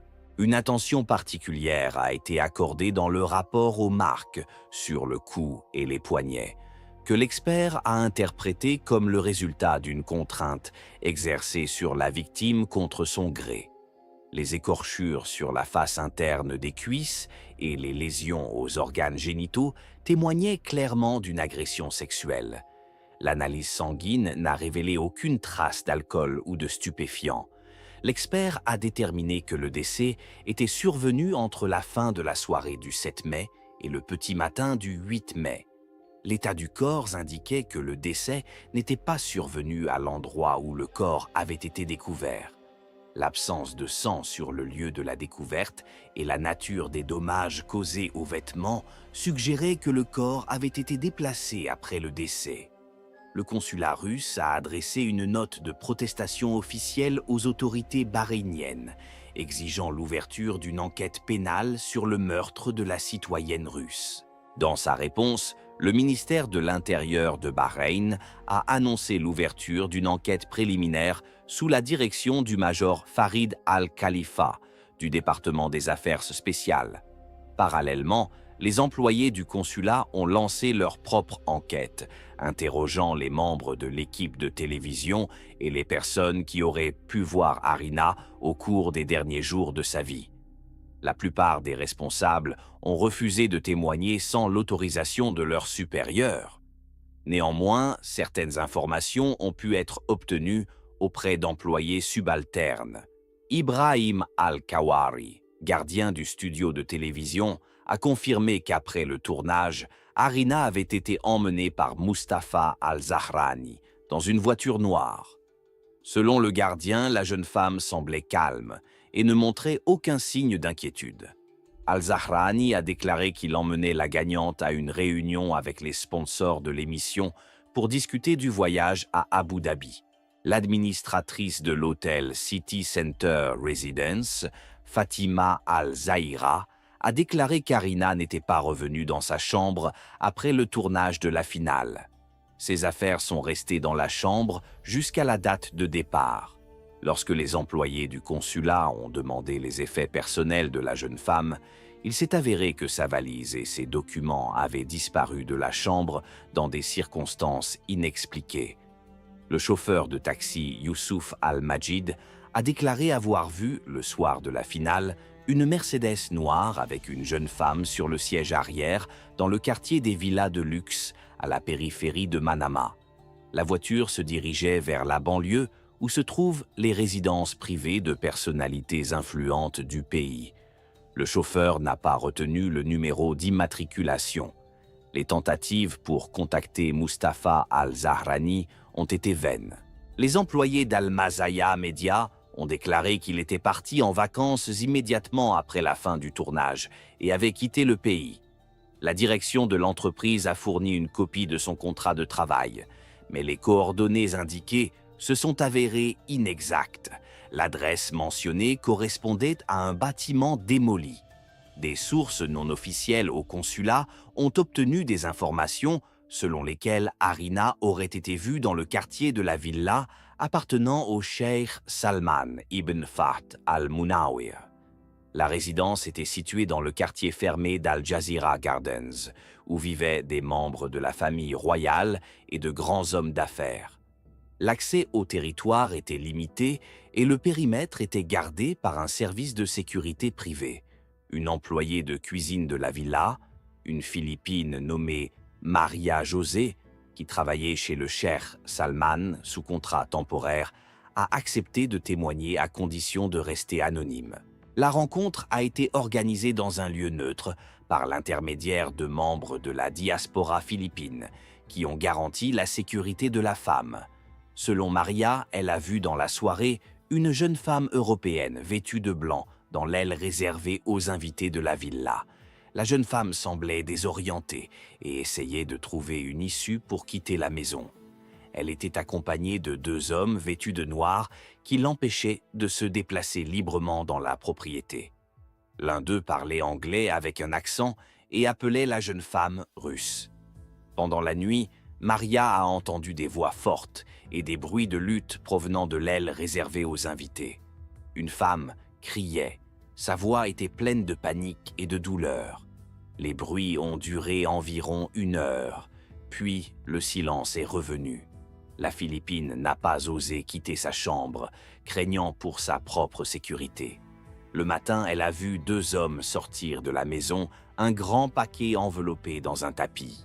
Le paquet a été chargé dans un Toyota Land Cruiser blanc sans plaque d'immatriculation.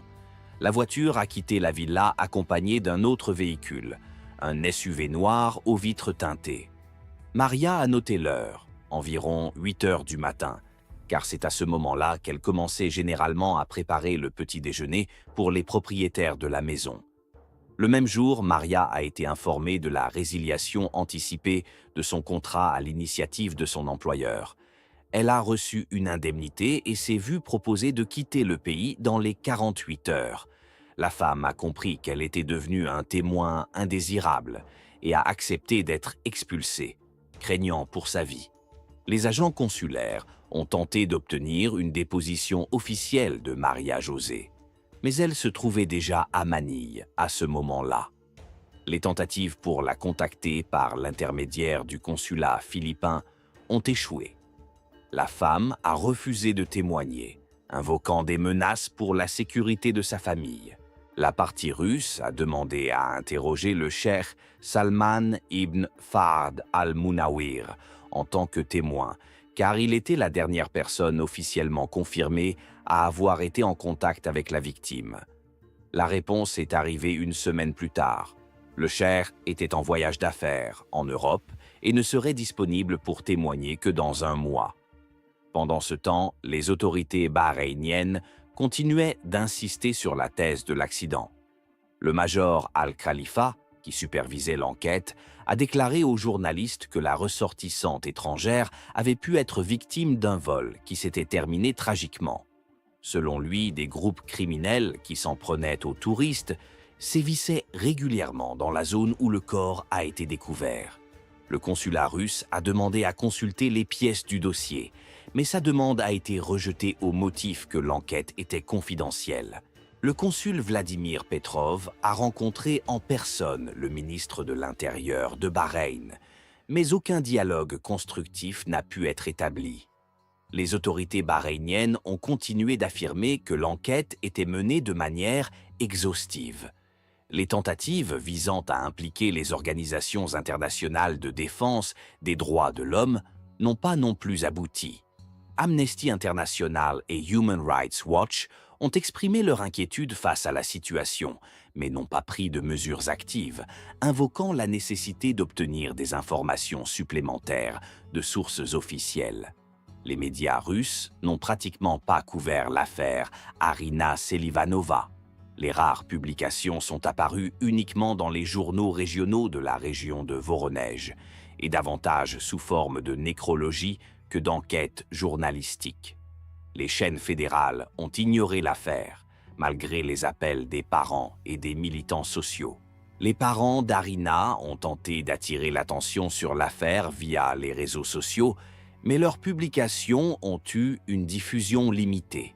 La mère de la jeune fille, Elena Selivanova, a lancé une pétition demandant une enquête approfondie sur le meurtre de sa fille, mais elle a recueilli moins d'1 millier de signatures.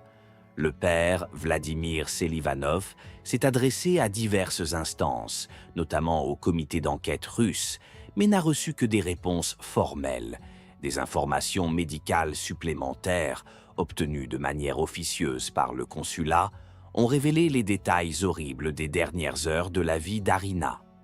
Le docteur Al-Manouri, qui a pratiqué l'autopsie, a communiqué lors d'une conversation privée avec l'attaché médical russe des détails qui n'ont pas été inclus dans le rapport officiel à la demande des autorités locales.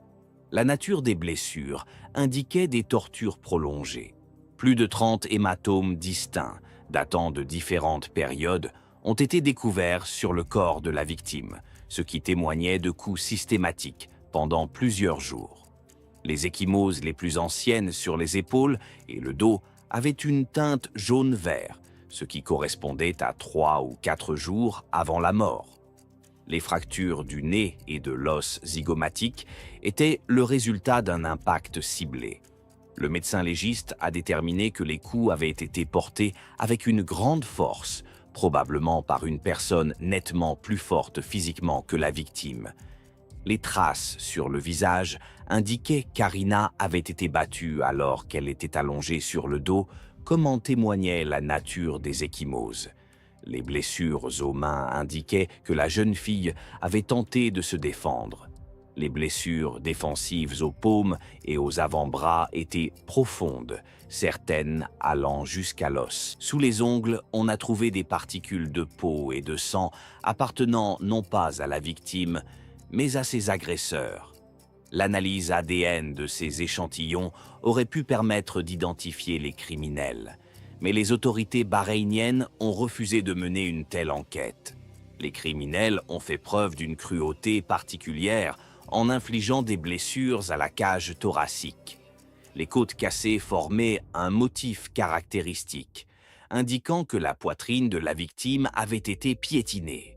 3 côtes ont été fracturées en 2 endroits, ce qui ne peut se produire que sous l'effet d'une force extrême.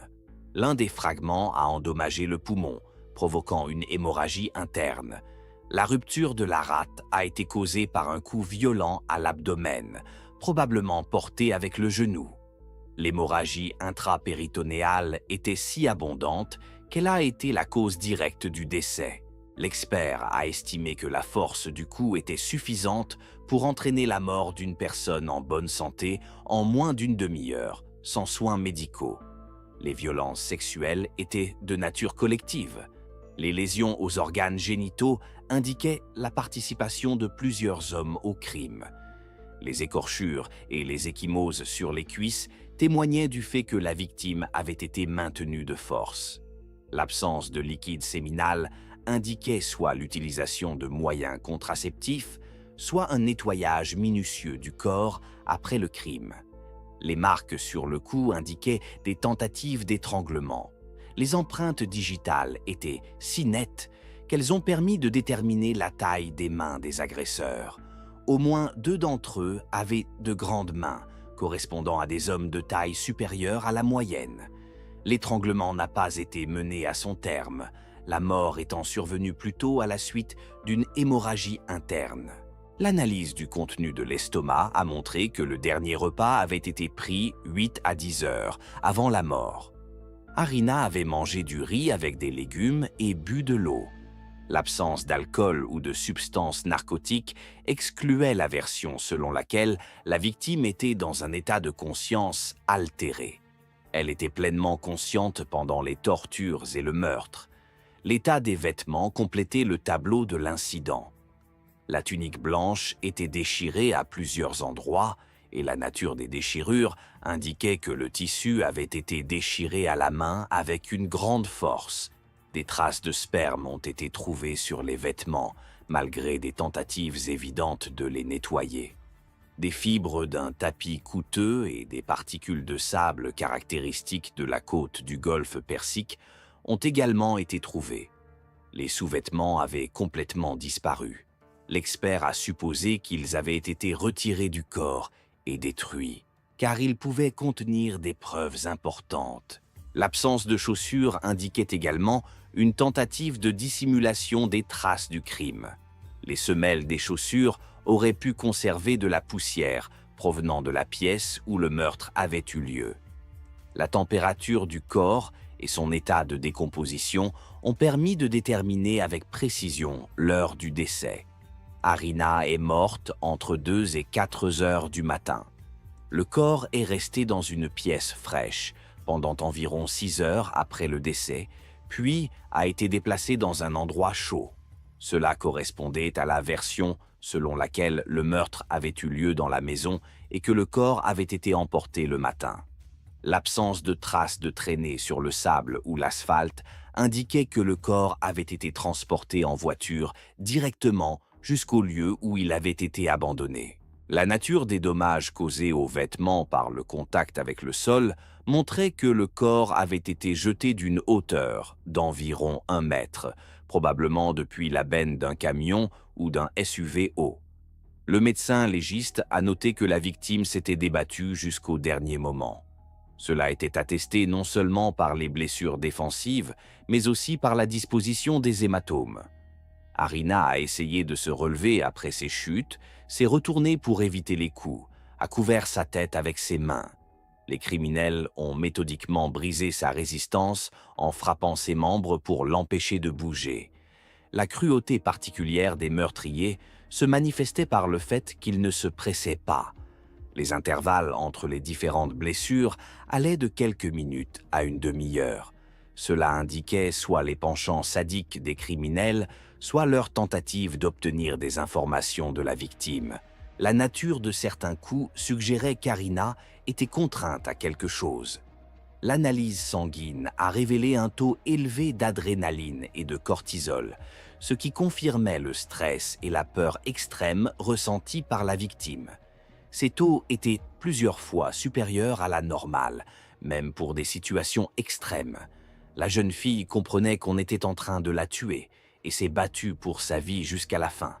L'analyse microscopique des particules sous ses ongles a révélé des fragments de tissu coûteux, tels que de la soie et du cachemire. Cela indiquait que les agresseurs portaient des vêtements de qualité, ce qui ne correspondait pas à la version d'un vol domestique. Des particules d'or, provenant peut-être de bijoux qu'Harina avait tenté d'arracher à ses agresseurs, ont également été découvertes. L'état des cheveux de la victime indiquait qu'elle avait été traînée par les cheveux. De multiples cassures au niveau des racines, des écorchures sur le cuir chevelu et des mèches arrachées indiquaient qu'il s'agissait d'une des méthodes utilisées pour lui infliger des souffrances. Des particules de marbre coûteux, utilisées pour les sols des maisons de luxe, ont également été trouvées dans les cheveux. Les lésions post-mortem étaient minimes, ce qui indiquait que le corps avait été manipulé avec soin après la mort. Cela contredisait la version selon laquelle les criminels avaient paniqué et témoignait de leur expérience dans la dissimulation des traces du crime. Le corps avait été soigneusement lavé, mais des traces de sang dans les oreilles et entre les orteils étaient encore visibles. Les experts russes, qui ont obtenu des copies des documents médicaux par des voies non officielles, ont conclu que le meurtre était de nature rituelle ou démonstrative. Le degré de cruauté dépassait ce qui était nécessaire pour ôter la vie et indiquait des troubles psychologiques chez les criminels ou leur volonté d'envoyer un message à d'autres victimes potentielles. Le docteur Al-Manouri a avoué en privé qu'en 30 ans de carrière comme médecin légiste, il n'avait jamais vu un traitement aussi cruel infligé à une victime. Selon lui, même les crimes liés à la drogue ou à la vengeance familiale étaient rarement accompagnés d'un tel niveau de violence. Il a regretté que des considérations politiques empêchent la conduite d'une enquête approfondie.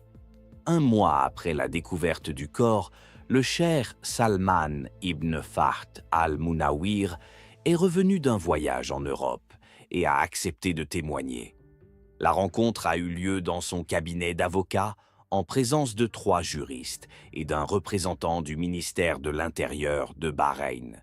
Les employés du consulat russe ont été autorisés à y assister, mais sans avoir le droit de poser des questions. Le cheikh a affirmé avoir vu Harina pour la dernière fois lors de la cérémonie de remise des prix, où il l'avait félicitée pour sa victoire. Selon lui, il lui avait proposé un voyage supplémentaire à Abu Dhabi en tant que sponsor du programme éducatif, mais aucun accord concret n'avait été conclu. Toutes les questions organisationnelles ultérieures devaient être réglées par le coordinateur Mustapha Al-Zahrani. À la question de savoir si Harina était venue chez lui, le cheikh a répondu par un non catégorique. Il a déclaré n'avoir jamais invité les participantes à l'émission de télévision chez lui et n'avoir eu aucun contact personnel avec elle, en dehors des événements officiels. Les avocats du cheikh ont présenté des documents confirmant sa présence à une réunion d'affaires, à l'hôtel Ritz-Carlton, le soir de la disparition d'Harina. Ces documents comprenaient la facture du dîner pour 8 personnes, les enregistrements vidéo des caméras de surveillance de l'hôtel et les témoignages des serveurs. Les preuves semblaient convaincantes, mais les experts russes ont souligné que l'alibi ne couvrait que la période comprise entre 19h et 23h. L'heure après minuit, moment où, selon le rapport médical, le meurtre a eu lieu, restait non confirmée. Les tentatives d'interroger l'officier Mahir Al-Khoulaifi, qui, selon des informations non officielles, supervisait la maison d'hôte de la villa du cheikh, se sont avérées infructueuses. Officiellement, cette personne n'existait pas au sein du ministère de l'Intérieur. Les demandes concernant un employé portant ce nom ont reçu pour réponse que les données personnelles des fonctionnaires ne pouvaient être divulguées à des représentations étrangères. Mustapha Al-Zahrani n'a jamais été retrouvé. La société Al-Mazaya Media a déclaré qu'il avait démissionné de son plein gré immédiatement après la fin du projet et avait quitté le pays. Les services des passeports ont confirmé son départ pour l'Arabie Saoudite, mais toute trace de lui a ensuite été perdue. Les autorités saoudiennes ont refusé de fournir des informations sur sa localisation, invoquant la protection de la vie privée des citoyens. L'enquête, qui s'est officiellement poursuivie, n'a pas donné de nouveaux résultats. Le major Al-Khalifa a régulièrement informé le consulat des mesures prises, sans toutefois donner de détails. Les demandes concernant les résultats intermédiaires ont reçu des réponses standards sur la nécessité de respecter les règles de procédure et la confidentialité de l'enquête.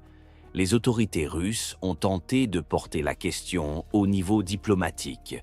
L'ambassadeur de Russie à Bahreïn, Anatoly Romanov, a rencontré le ministre des Affaires étrangères du royaume, mais aucun dialogue constructif n'a pu être établi. La partie bahreïnienne a insisté sur le fait que l'enquête était menée de manière objective et qu'aucune ingérence extérieure n'était acceptable. Les organisations internationales de défense des droits de l'homme se sont limitées à des déclarations formelles. Amnesty International a inclus le cas d'Arina Selivanova dans son rapport annuel sur les violations des droits humains dans les pays du Golfe Persique, mais n'a pris aucune mesure concrète. Human Rights Watch a adressé une demande aux autorités bahreïniennes, mais n'a reçu aucune réponse. Les parents d'Arina ont tenté de faire appel à des détectives privés, mais se sont heurtés à des refus. Plusieurs agences internationales ont déclaré ne pas travailler à Bahreïn en raison des restrictions imposées par la législation locale. Les rares détectives privés qui ont accepté de se charger de l'affaire ont exigé des sommes astronomiques et n'ont pas garanti de résultats.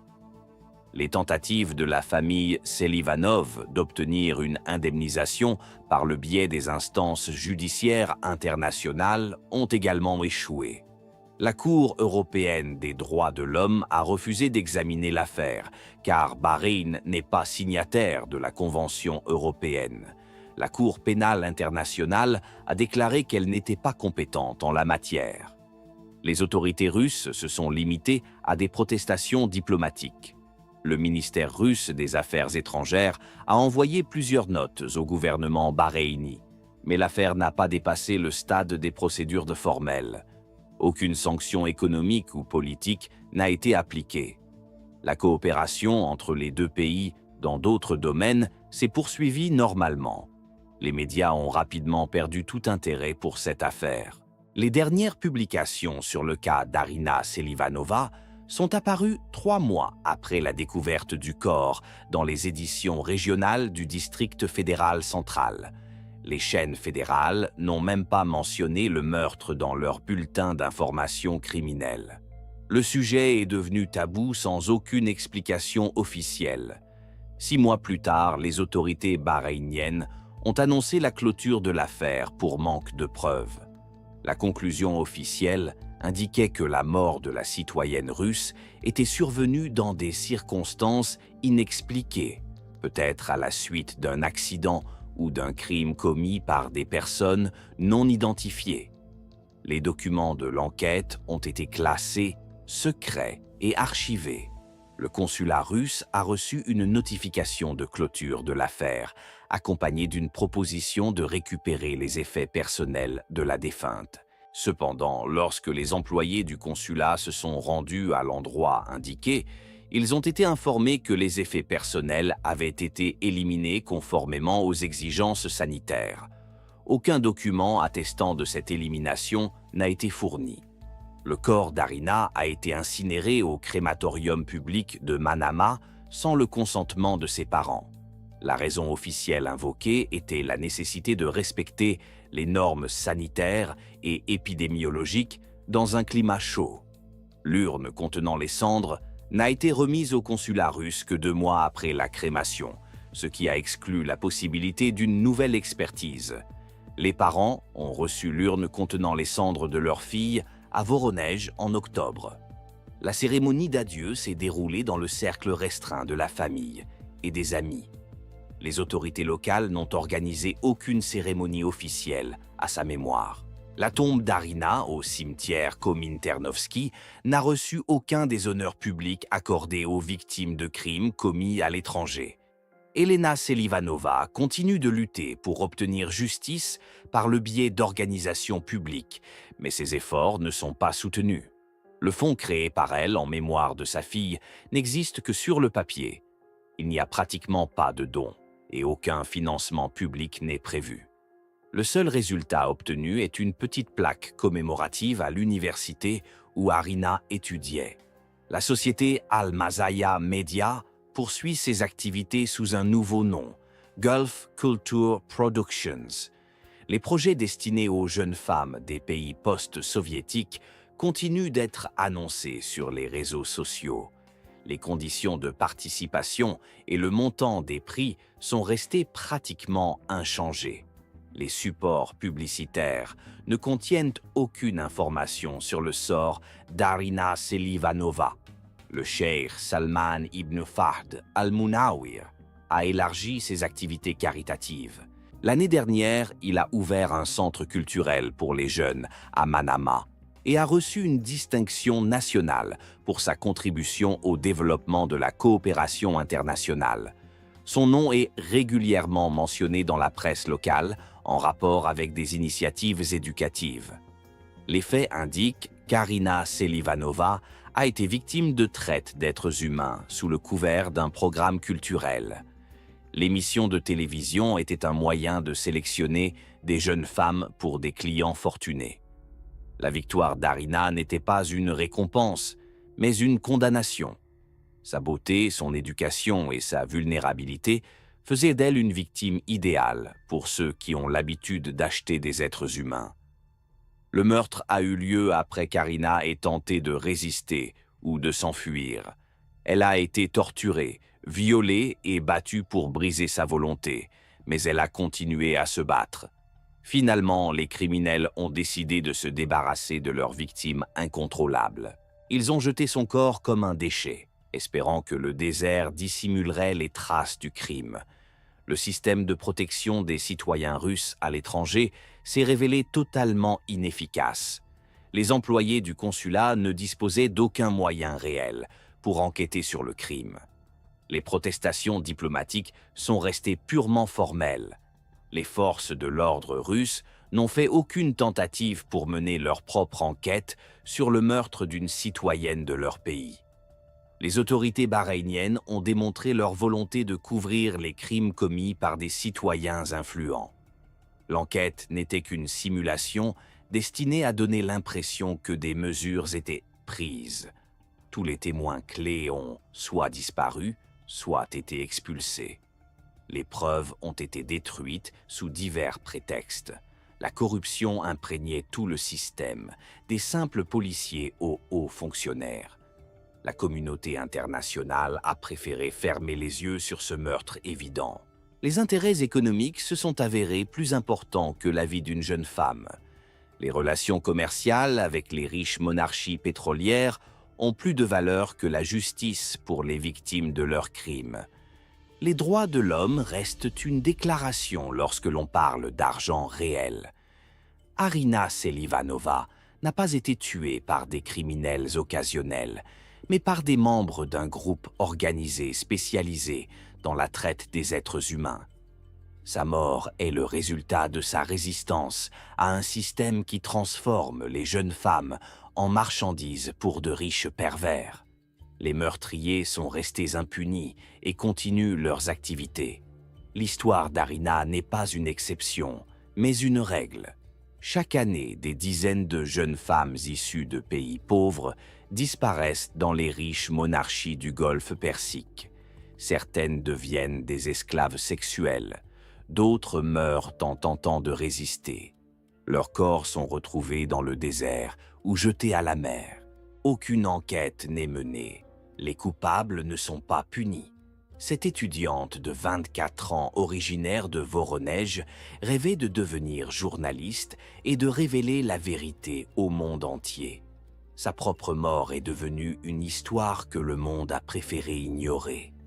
Arina Selivanova a été violée, battue à mort et jetée dans la rivière par de riches sadiques qui savaient qu'ils resteraient impunis.